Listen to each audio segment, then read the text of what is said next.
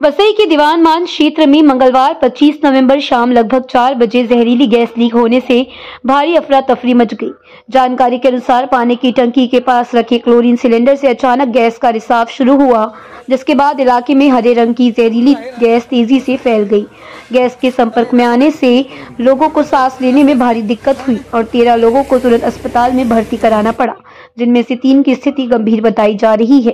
गंभीर मरीजों में फायर डिपार्टमेंट के कर्मचारी, मनपा के स्टाफ और स्थानीय निवासी शामिल हैं। दीवानमान वसी पश्चिम का घनी आबादी वाला क्षेत्र है, जहां मनपा की मुख्य पानी सप्लाई टंकी स्थित है।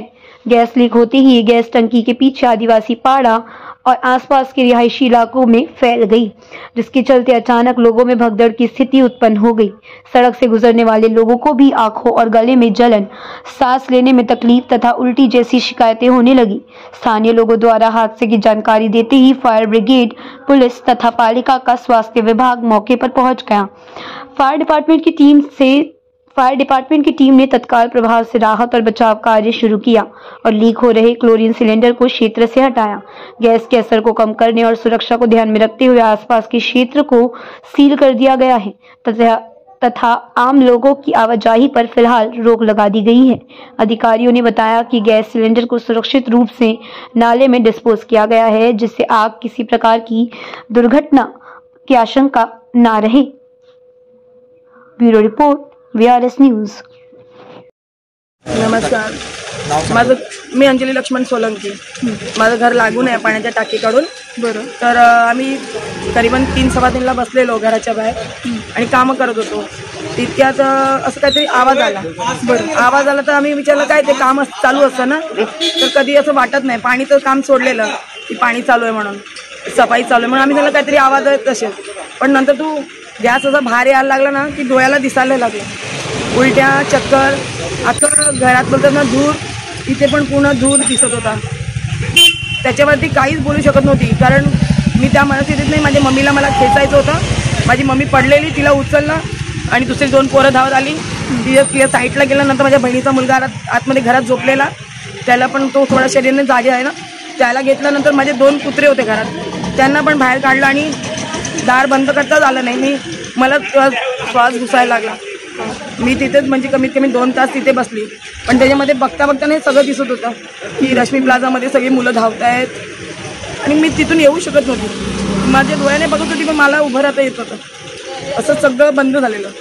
म्हणजे मला रुग्णालयात केलेलं होतं, मला आता जायचं आहे, मला ॲडमिट व्हायला सांगितलं आहे। तुमच्या घरात पण माझ्या मम्मीला मी आता ॲडमिट केलेलं आहे, बहिणीला बहिणी नाही, माझा मावशीचा मुलगा आहे, त्याला ॲडमिट केलं आहे। तो नशिबाने बोलतात ना, तो चाय घ्यायला कधीतरी येतो आणि आज आमचं काहीतरी काम होतं, त्याला बोलत होती ना, नेमकी त्याला पाणी दिलं, तो पाण्याचा ग्लास पण अख्खा काळा झालेला आहे। अरे बाप, एक म्हणजे किती शहरात गेलं असेल काय माहीत नाही। मग त्यांच्या आम्ही वाचवता येईल तेवढं सगळ्यांना आम्ही थांबवलं। शाळेचा मुलींचा एक बस येते ना, इथे गाडी येते 4:30 वाजता, ती पण आम्ही इथून सांगितलं इथे नका येऊन देऊ, पुढच्या पुढे त्याचा काहीतरी निवारा करा। तुमच्या घरातल्यांची प्रकृती कशी, गंभीर आहे का? आता नाही, माझ्या मम्मीचा आता मी कॉल केला आहे, बरी आहे। बरं हां मॅडम, एक घटना घडली होती गॅस लिकेजची, काय घटना आणि आपले पोलीसवाल्यांनी एकदम जबरदस्त काम केलं, काय बोलणार आहे?